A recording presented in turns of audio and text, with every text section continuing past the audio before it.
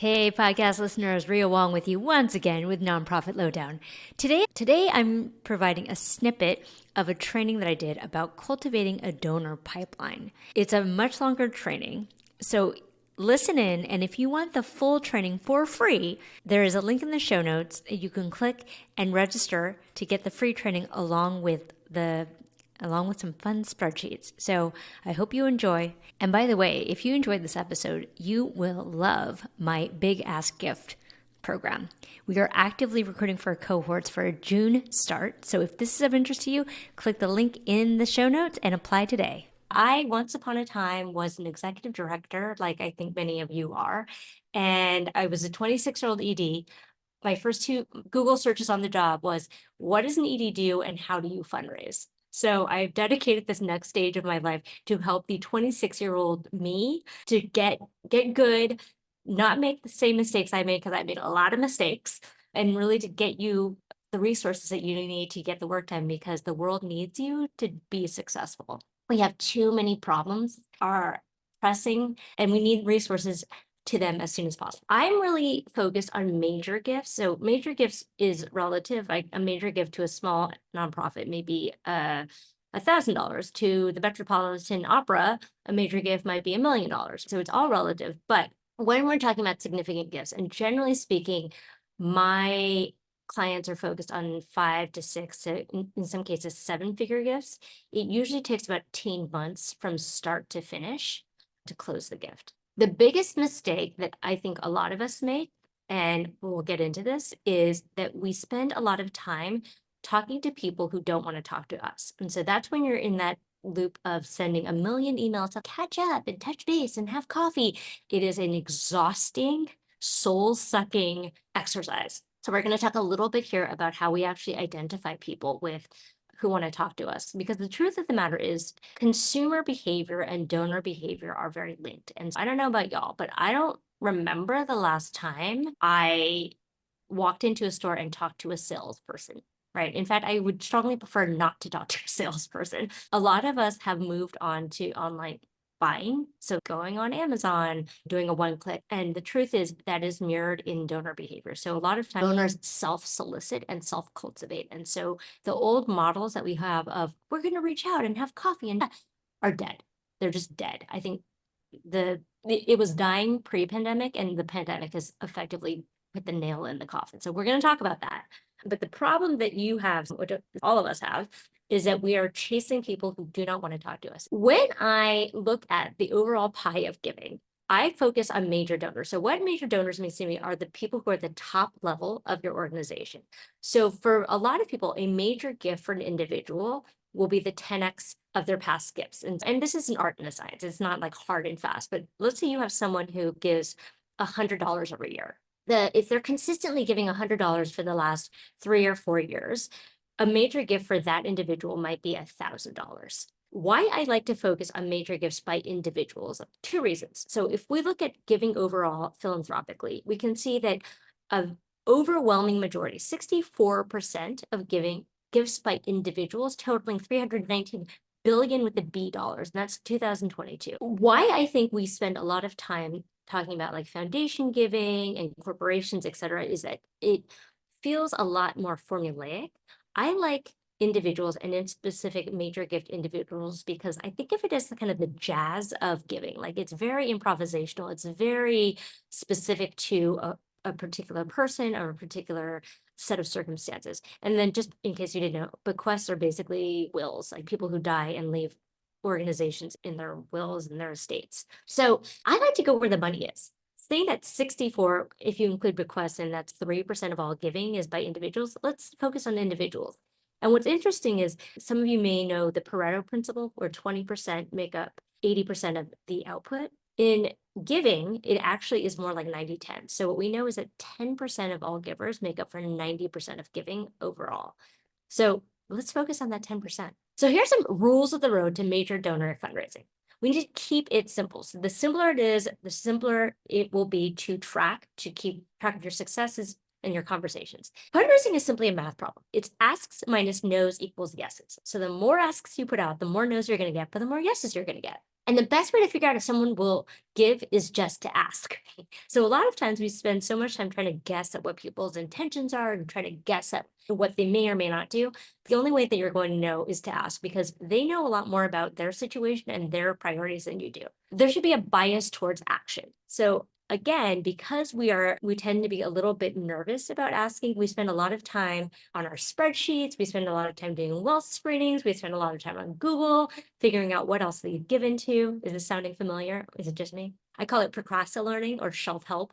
Like we're spending time in the spreadsheet versus talking to people. At the end of the day, it's not personal. If somebody does not give to you, it's not a judgment about you as a person or your mission or the good that you're doing in the world. It's just, they're saying it's just not for them. It's not personal. And then a lot of times when we're out in the world fundraising, we attach our value to whether or not we got the gift, right? If I get the gift, I'm a good fundraiser. If I didn't get the gift, I'm a bad fundraiser. I'd like to reframe that for us a little bit because it can be very stressful and it burns us out. Because at the end of the day, whether or not someone says yes to you is not up to you. You literally have no control over whether or not you get a yes. The only thing you have control over is, did you set everything up the right way and did you get the ask out of your mouth? If you did, that's the win. And so I think we need to be unattached to the outcome that we have no control over, and instead attached to the things that are within our jurisdiction of control. And ultimately, major donor fundraising is about listening and asking good questions.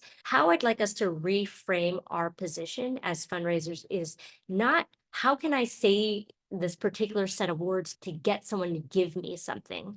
Instead, how can I, as a fundraiser, be a facilitator of the wildest philanthropic hopes and dreams of my donor? So before we get started in fundraising, we need to get our head right. So I'm going to talk about what that means.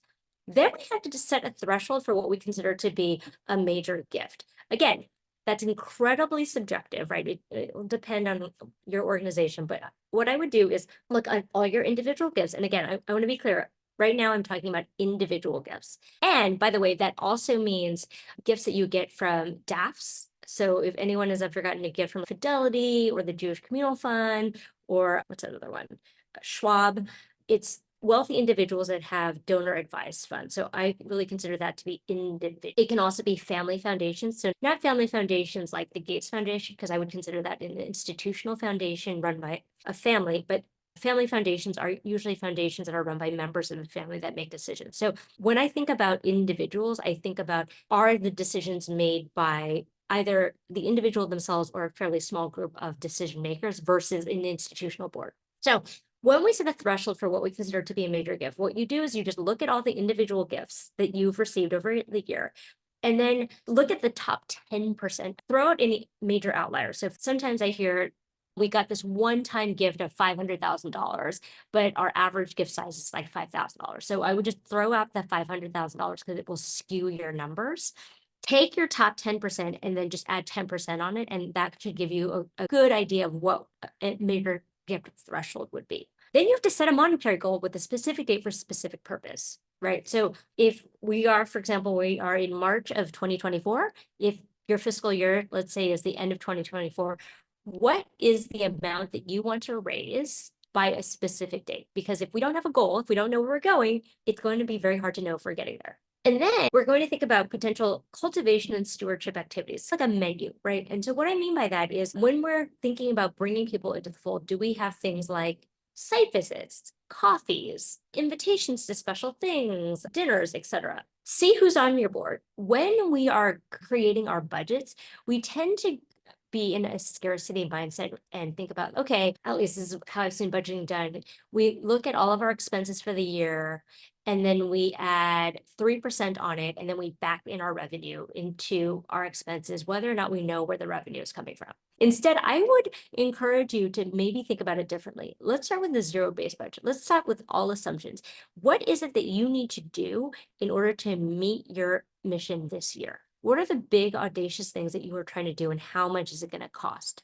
So instead of coming from the lack of what can we raise, come from the abundance of what are we trying to achieve and how are we going to get the resources?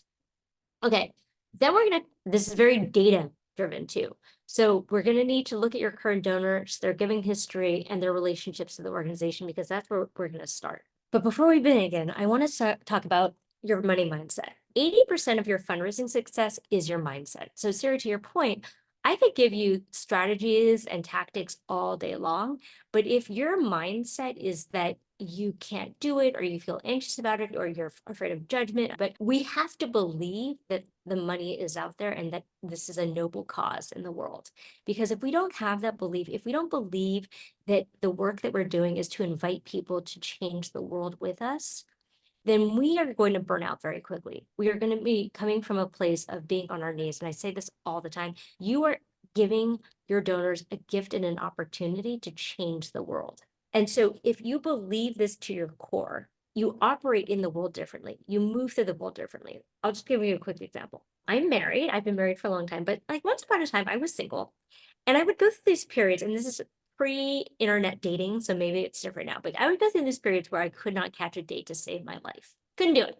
And then the minute I had a boyfriend, everyone wanted my number. And I was like, what's up with that? Like, where were you a month ago when I couldn't catch a date? And I think the real answer here is that my vibe was different, right? Like desperation is a stinky perfume. Nobody wants to be part of that. But when you are able to step into the possibility and abundance, and I don't need anybody's money, but I invite people to partner with me. You put out I like to say BDE, that big donor energy, right? You move through the world with a confidence because you are convinced utterly of the work that you were doing, and it just changes the energetic dynamic. Why do people give money? So back in the 90s, they did a fun study on people who give money, and they basically broke it down into 7 big chunks. They call it the 7 phases of philanthropy. And so basically, there's 7 profiles of people who give, and it breaks out like this. And obviously, it's not necessarily one or the other, but these are generally the main motivators for why people give money. So when we think about giving money, when we think about a donor, we have to think about it in terms of a courtship. How much time on a percentage basis do you think that we should spend in identifying? So that's literally, who are our people? So it can be 0 to 100%. How much time should we be spending on identification? It's actually 10%. How much should we be spending on cultivation? 5% is the answer. How much time do we spend on solicitation? How much time? 10%, 15%. Feels like 1,000. All right. 2%, y'all, which means it's 53% should be stewardship. So a couple of things I want to flag here. Number one, we spend so much time being anxious about the solicitation when it's really just 2% of the overall. So I think we need to right size our anxiety. And then the second thing I just want to flag here is that the vast majority of the time should actually be spent in stewardship, because it is cheaper to raise money from someone who is already given than to raise money from a new donor. Let's pretend we live in a world where you're not going to get any other new donors. How might you actually treat the donors that you have differently? The difference between stewardship and cultivation, that's a good question. So cultivation usually indicates the things that you do to build a relationship for the first gift. Stewardship indicates the things that you do after you've received the gift to deepen the relationship. Now, the activities can be similar, right? Let's say, for example, that maybe dinner is one of a cultivation and a stewardship activity. However, the difference would be that you would have difference in messaging. So like the way that you would talk to a first-time donor is different than the way that you would talk to a previous donor.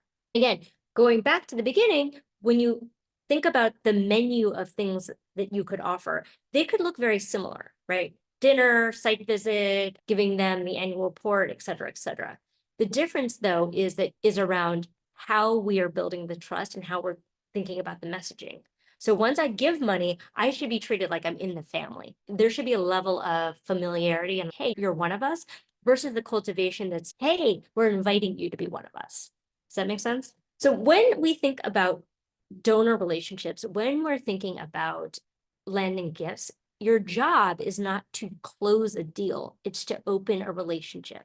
So we're spending more time and energy on the stewardship of continuing to invest in the relationship. And this is my personal pet peeve. So much of what we do as nonprofits, and I speak about this as both a fundraiser and a donor, is once we get the gift, it's almost like I don't exist anymore, right? It's like I get the thank you email and then I don't hear anything. as a donor, I want to know three things. I want to know, what did you do with my money? I want to know, would I be better served giving to some other organization? Ultimately, what I really want to know is, does this organization make me feel good or bad? And so if you're out there thinking about your donors and they don't have positive responses to these three questions, I think you're probably looking at a leaky bucket problem, which is that you're pouring in new donors, but you're losing it out of the holes in your leaky bucket, which means you continuously need to pour more in. Versus if you just plug the holes a little bit, you wouldn't have to find as many new donors. And I say this with love. I don't want you to feel like I'm coming from a place of judgment. I've been there. I know how hard your job is. And I think we need to think differently about how we're retaining first before thinking about donor acquisition. Let's talk about building a donor pipeline, because that's what y'all want to know. So when we think about donors, we need to think about it like a funnel. So what is the funnel? So the funnel is, the widest part is awareness, because obviously I'm not going to donate to an organization I'm not aware of, right? Then I have to go down the list of, am I interested in it? Am I engaged? And then am I committed? And commitment looks different. Commitment can look like a donation. It could look like signing a petition. It could look like volunteering your time, etc. The mistake that a lot of us make, and I think that I also made this mistake, is that just because somebody is aware of you does not mean that they are going to be committed to you. So that's when we get into a lot of yelling into the void. If people just knew about us, of course they would donate. Would they though? Do you donate to every single thing that you've ever heard about? Probably not. I want you to think about, when you think about your donor pipeline, where are you missing steps? Because if you're not leading folks step by step through a funnel, and you're trying to jump from awareness to commitment, if you're not paying attention to the other steps, you're probably losing a lot of folks out of the funnel. So let's first talk about awareness. So that means people know who you are. So that means that they either have seen you on social media, have heard about you from a friend, maybe they saw a news article on you. But the thing that we're really trying to get here is engaged prospects, right? So it's no good to you if it's just a person who happened to hear about your organization. What we're really looking for are, who are actually engaged, who are people that want to be contacted by us, that are willing to be engaged on some level. So let's take a step back. Your prospects have a problem, or they have a desire, right? They want something to happen in the world that you may be doing. As a fundraiser, if you solve this problem for them, you build trust. By building the trust, you build a relationship. And by building a relationship, you build not just a potential for a donation, but a partnership. And I really want us to underline the word partner here. We're not looking for, in fact, I would even say, we're not even looking for donors. We're looking for philanthropic partners in this work. So the reason people give money is that they want something to happen in the world, right? They want the oceans to be clean. They want kids to go to college. They want animals to be saved. They have this desire and they have resources. You also have a desire and you also have resources. And by combining the two, you create a partnership. And so often we come from the place of, oh, I'm begging for this thing. You're not begging for anything. Without you, the thing that they want to have happen is not going to be possible. They need you and you need that. I did a little analysis on the Giving Pledge. So for folks who aren't familiar, there's this thing called the Giving Pledge, where billionaires essentially agree to give away the bulk of their fortunes. And sometimes they write letters about why they're doing it. So I did a little ChatGPT analysis on it. And the number one reason why people give away their fortunes is that they want to make an impact. Then the second reason is giving back, then it's personal enjoyment, etc. So when we are helping people to make an impact, and then we are also communicating to them about the impact that they've made, that is when we help them to do the thing that they want to do in the world. And I think the mistake that we make as a sector is, we live in a world that's so instantaneous right now. Like, I can order something on Amazon, it'll be at my door tomorrow. Giving to a cause is not instantaneous. Like, you all know, the work that you do takes time, takes effort, you may not see the fruits of your labor for weeks, months, even years. If we want to have people coming back for more, we have to close the story loop for them about what you did with my money. Even if it's an intermediary thing, it's the equivalent of going to the store and giving you $20 and having someone say, I'll get the thing to you next week. Okay, fine. It's less satisfying than handing me the thing straight away, but you better be sure to get me the thing next week. Otherwise, I'm not going to give you my money again. Is this making sense so far? So when we're out here fundraising, when we're out here building relationships, we need to think about planting the seeds and nurturing it before we harvest. We need to nurture before we harvest. And what that means is when we're in this transactional mindset, we want people to give us straight away. And this is like particularly pervasive in political fundraising. I don't know if y'all fundraise, but like I gave money to a campaign and somehow I ended up on everybody's list. Don't love that. Not the point of the story. But the point is, there's not a lot of nurturing that gets done. It's very transactional. I want the money and I want it now, right? Sure, that might be good for the small gifts. That's good for $20 gifts. But if we're talking big gifts, that takes time. It takes on average 18 months. So what do when I say nurture? When we're nurturing a relationship, we are adding value. We are building trust. We are building a relationship so that we can then harvest the fruits of it later on. And when we try to rush it, when we try to get transactional, when we want the money, when we want it and we want it now, that's small dollar giving. I'm interested in the big dollar giving. About the world, I have a little framework here. Essentially, when we think about where to find prospects, we can think about the world in two different ways. There are people who know you and people who don't know you. And then there are two ways that we can reach people. We can do one-to-one, and that includes email, because essentially email is just one-to-one at scale, or one-to-many. People who know me personally, the metric here is, do they know you from Adam? Either you or someone that's associated with the organization or the organization in general. Okay, let's talk about work. So there are really only 4 ways that you can get people to know about you who then enter into that funnel of prospects. People who know you one-to-one, that's warm outreach. People who know you and you want to reach them at scale, that's posting free content, social media, etc. People who don't know you and you want to do one-on-one, that's cold outreach. So I'm sure you all have received random cold outreach emails in your inboxes or your Facebook inbox or your DMs, right? That's cold outreach. And then there are people who don't know you and one-to-many, and that's paid advertising. So I'm going to talk about each of these in turn. What I would say is that I recommend that folks really focus on the first 3 quadrants of warm outreach, posting free content, and cold outreach before you get into a paid ad strategy. Now, you can tell me that you've maxed out on your warm outreach, but until you've literally reached out to every single person that you know, and every single person that your board knows, and every single person personally who's on your email list, I really doubt that you've maxed out on your warm outreach strategy. So warm outreach, that looks like emails, texts, DMs, voicemails, and you can reach out and touch base with your list. You can use the ACA framework, acknowledge, compliment, and ask. Do you know anybody who might be interested in blank, in name the impact, interested in sending more kids to college, interested in clean oceans, interested in blah, blah, blah, blah? I'm looking to specific event or action. I'm looking to add people to our list. I'm looking to get people to sign a petition. I'm looking for people who want to financially support. Last year, we were able to XYZ impact, and people love the chance to make a difference. Does anyone you like come to mind? If they say no, you can make a joke. Okay, does anyone you hate come to mind? You can do this via, thank you, Siri. You can do this via phone calls. You can do it via emails. You can do text, etc. So that's your warm outreach strategy. Generally speaking, with a warm outreach strategy, you can use this to build your list. Oh, speaking of which, how many of you here have email lists that you are regularly sending communication to? And by regular, more than once a month. All right. Okay, fantastic. So that is your warm list. So your email list, and I'm just going to underscore, highlight, your email list is your gold mine. Nurture that email list like you would a little baby, because we can talk about, oh, I have this many followers. The truth is, Mark Zuckerberg owns that list. I don't care how many followers you have on Facebook or Instagram or TikTok or whatever, you are building on borrowed land. So let's talk about posting free content. I didn't understand this for the longest. Now I understand it.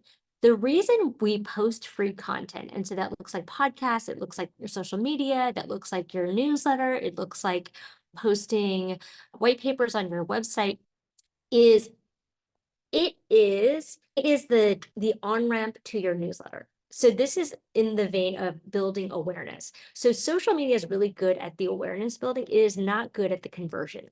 So when you're doing social media, there should be an off-platform action you want them to take. Usually it's sign up for a newsletter, or it could be sign a petition, or it could be show up for a volunteer thing, or it could be show up for an event. But the idea here is that social media is at the top of your funnel, and your newsletter list is the conversion mechanism.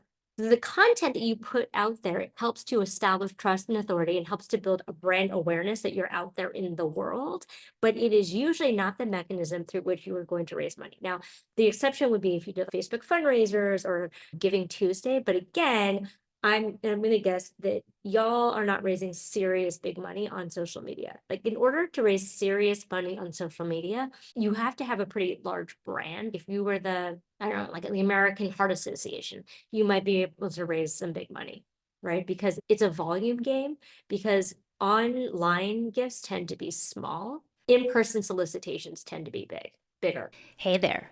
If you enjoyed this training and want the rest of it, head on over to the link in the show notes and you will get the rest of the training along with some free worksheets to help you out. See you there.